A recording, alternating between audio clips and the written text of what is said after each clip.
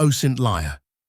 The next generation OSINT collection and data extraction tool just made it easier to triage your keyword and pivot data.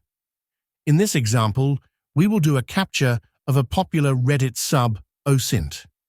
Using OSINT LIAR's advanced data extraction capabilities, we can quickly extract all the usernames from the post.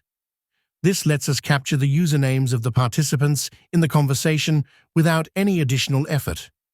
After the capture is complete, we can utilize OSINT LIAR's Discovery plugin functionality.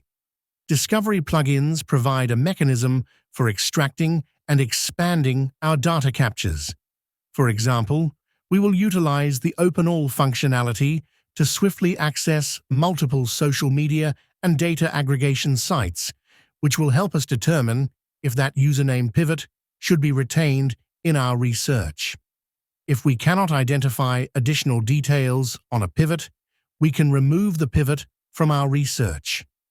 A record of the deleted username pivot will exist in the audit log.